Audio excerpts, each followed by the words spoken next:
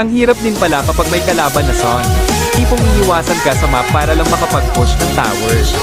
Katulad na lang ng Son na nakalaban ko dito, nag-solo RD nga pala ako dito.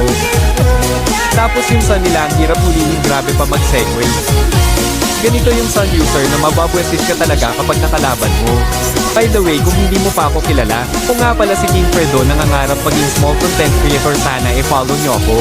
Nakapag first turtle na nga ang kalaban kaso hindi ko na retro agad. Dito mag-recall ako kaso kinukulit ako ng alpha kaya binigyan ko na. Balik tayo kay Son, tignan nyo sa map, pinupush niya yung mid tower namin. Wala na siya pakialam sa turtle dito kaya nakuha namin. Siguro napanood niya yung bagong update ngayon sa turtle kaya hindi na siya nag-contest. Pinili niya na lang na bumisag ng tower sa kakunin ng mga buff ko. Dahil wala akong buff dito, pinilit ko pa din kumitas kaya napites ko dito yung mains nila.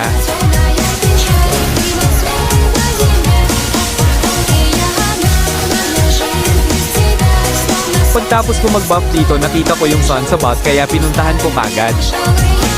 Muntik niya pa ako mabigyan dito, buti na lang gumana yung Sky Piercer ko.